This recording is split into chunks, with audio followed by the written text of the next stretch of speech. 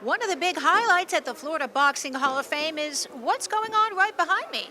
The Magic Man's last sparring workout before his IBO title fight in Australia.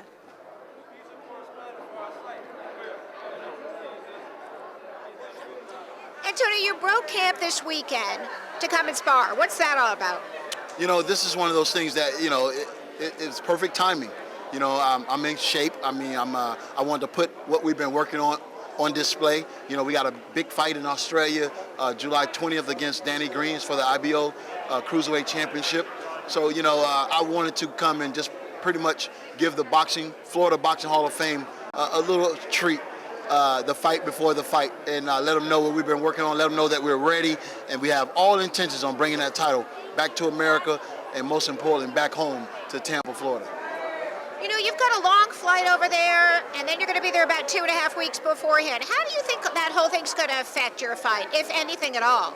Nothing is going to affect my fighting. That's why we're going over there in advance. We pretty much feel we're going to probably give 2 or 3 days away, which will be good for us to rest, relax, and then we're gonna, pick it back up. We're gonna be doing some sparring. We taking one of my sparring partners over there with me, AK-47.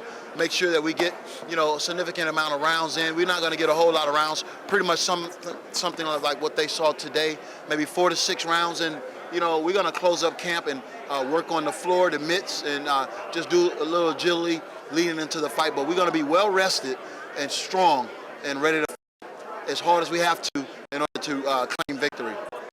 You fought as a heavyweight, and then you also fought as a light heavyweight. Now you're going up a class. How difficult has the transition been to get to cruiserweight? I think the cruiserweight limit really is going to be my best weight class, believe it or not. I just think my body is naturally a cruiserweight. I don't have to kill myself to make weight, but I have to definitely get in great shape. And then, right there, 200 pounds, I'm comfortable. So you'll see the speed, the quickness, and the power, something, a little bit of what you saw today. And I think that's going to be more than enough to beat Danny Green and to also beat the rest of the cruiserweight champions out there. So I got my eye on the prize, and it starts with Danny Green. Many of the legends of boxing I've been speaking to this weekend have said that they really feel that what boxing needs is an American champ, because we're lacking in that since the Muhammad Ali's and some of the others in sort of the passing boxing history. What is your response to that? Are you ready to be the next American champ? Well, I'm definitely going to be the next cruiserweight champion, but the heavyweight division is something totally different. I campaigned a heavyweight for one fight, and then David Haye got tied up and Vladimir Klitschko got tied up. They're fighting each other, and when the dust clears, we're going to see who's the very best heavyweight out there. And if I get a call up to the heavyweight division, I'm listening. So, we're not going to rule that out, but right now I'm focused on Danny Green and my job at the task at hand right now. Also, too, just quickly, the Florida Boxing Hall of Fame this weekend. Talk to me a little bit.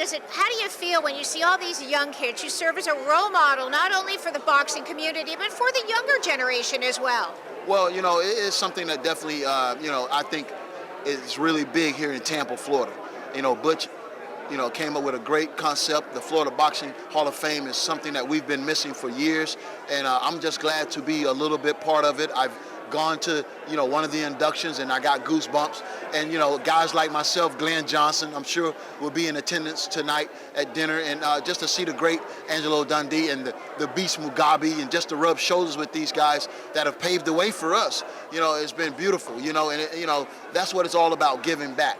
And, and this is what this is all about today, me giving back to my peers and to the guys that went before me, and hopefully one day I can sit next to them on that panel of inductees down the road. But we're not thinking retirement anytime soon. That's good. Who was calling you out over there, and is that for real?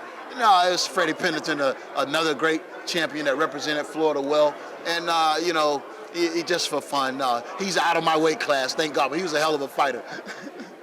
Do you want to add anything else that I forgot to ask you? Give you a chance to say something. Yes, I just want to, congratulate all of the 2011 inductees, and just want to thank everyone that have been instrumental in paving the way for guys like myself, and I just want to say thank you for all your hard work, and to, just really represent champions today, tomorrow, and forever.